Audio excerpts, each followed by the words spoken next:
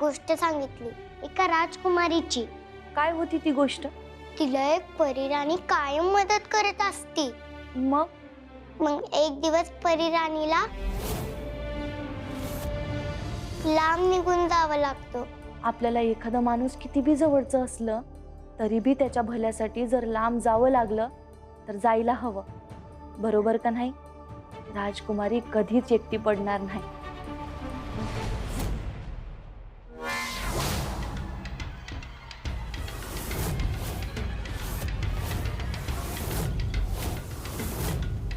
जगदंबा अजूनही अस्तित्वात आहे, म्हणजेच तुळजा अजून नष्ट झालेली नाहीये। मग मनोरमा कशी शुद्धीवर आली?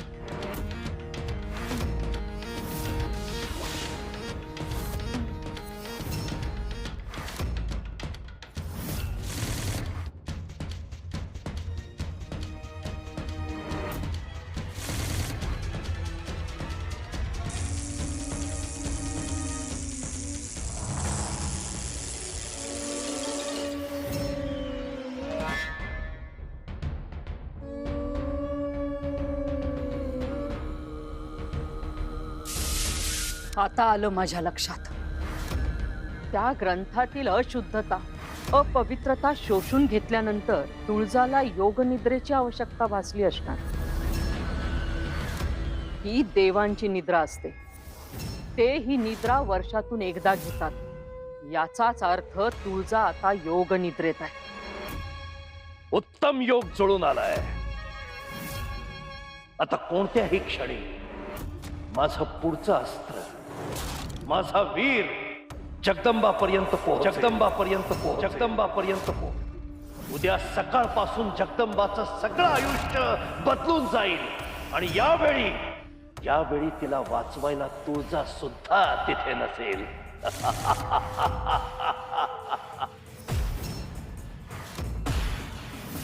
आता जगदंबाचा पराभव निश्चित आहे।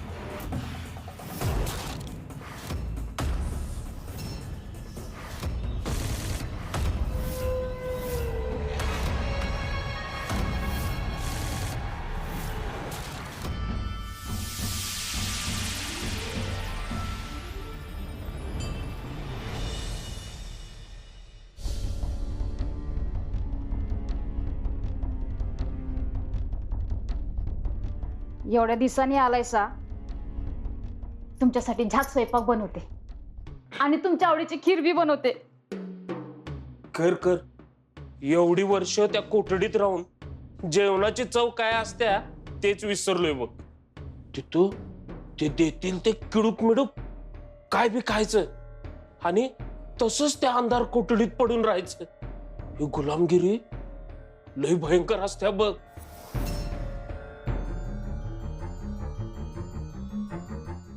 हा, पण आता मी गावात आलोय, आता मस्त राहणार।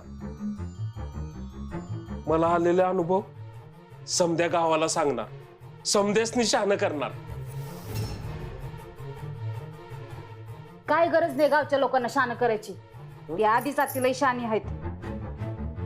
त्या परीस मी काय सांगते ते ऐका।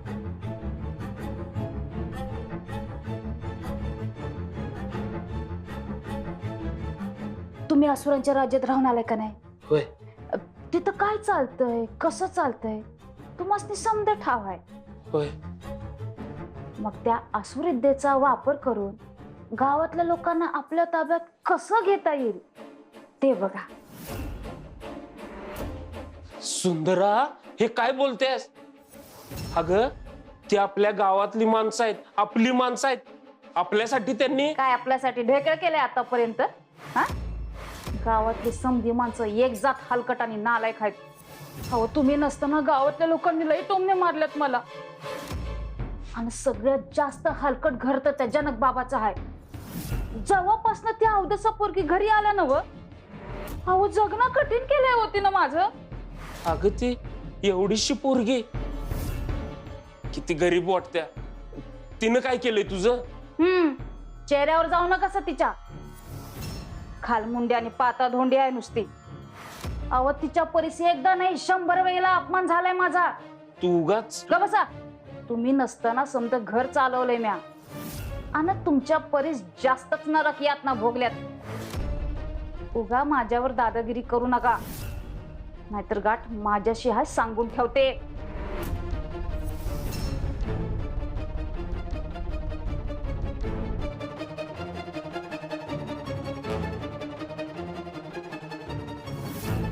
देवीनं तिथनं वाचवलं आणि हिथं या चेटकिनीच्या तावडीत सापडलो. ह्याच्यापेक्षा तो नरक बरा होता असं वाटायला लागलं नाही म्हणजे मिळवलं.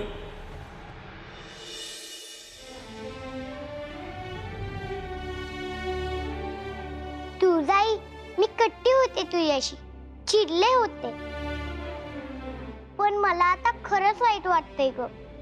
माझं चुकलं, पण तू माझ्यावर रागवली नाहीस ना?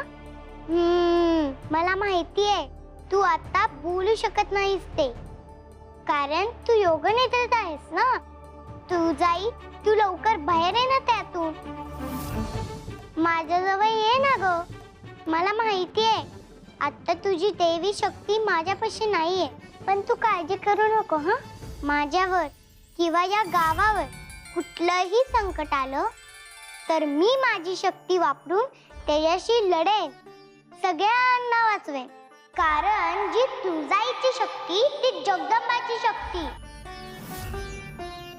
तू म्हणजे मी, मी म्हणजे तू.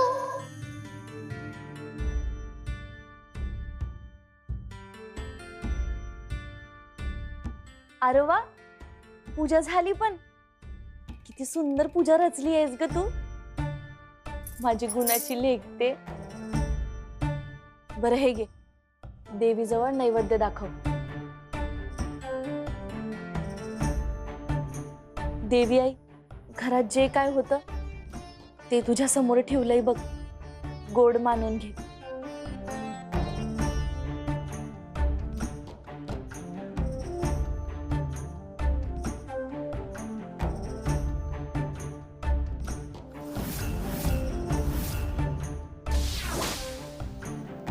घेतला गोड मान. निवेद पोचला माझ्यापर्यंत.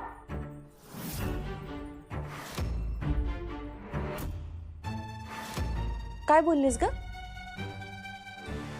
नाही, काय नाही.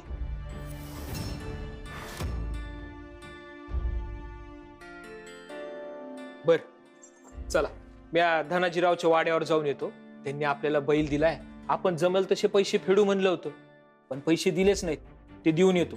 एवढा चांगला माणूस आहे, स्वतःहून बैल दिला पण पैसे काही मागितले नाहीत. पण आपलं काही कर्तव्य आहे का नाही? हा, मी जाऊन येतो. काय वय वय, या जाऊन.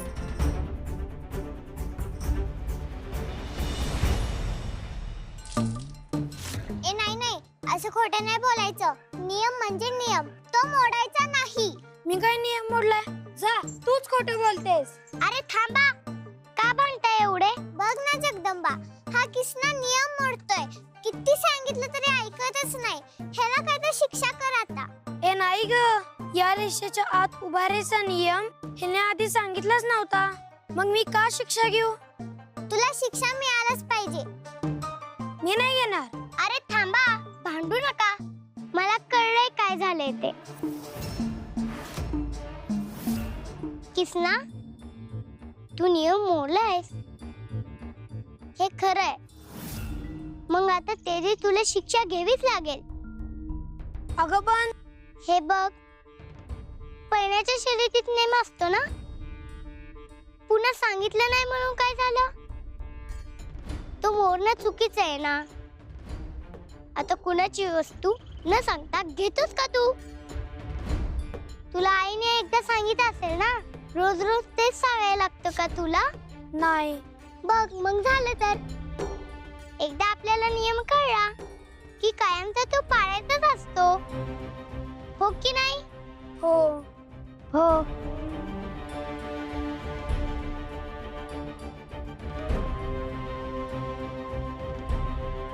काय ग, काय झालं तुला? खेळत का नाहीयेस तू? माझ्या बाबांना ते माणसं घेऊन गेली. घेऊन गेले? कुठे? सावकारांच्या वाड्यावर. लोहार काकांना वाड्यावर घेऊन गेले. सावकार म्हणजे धनाजी काका ना? अगं ते खूप चांगले आहेत, काळजी करू नको. काही त्रास होणार नाही तुझ्या बाबांना.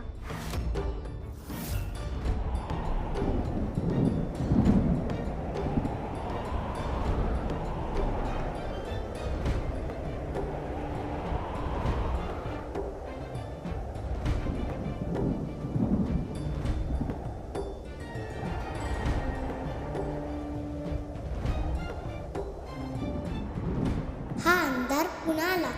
काय अर्थ असेल याचा?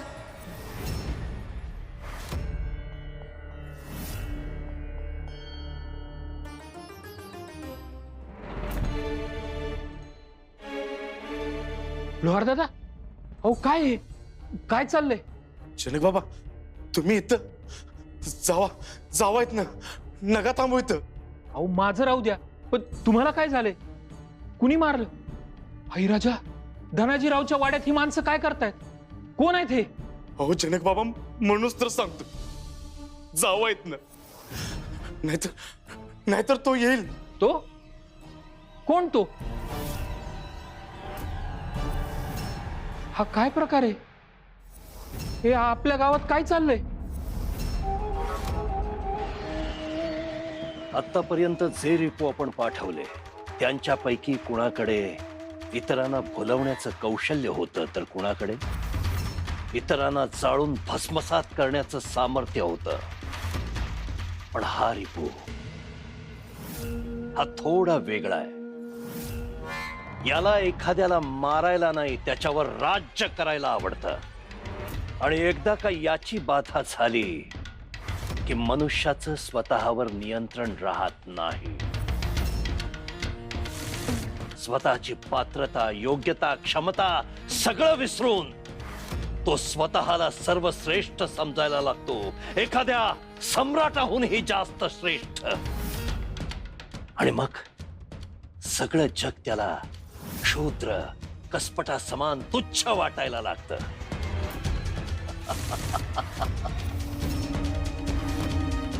सर्व गुलामांचे त्राता, भिंगार गावचे भाग्य विधाता, तुमचे नवीन करता धरता येत आहेत हो.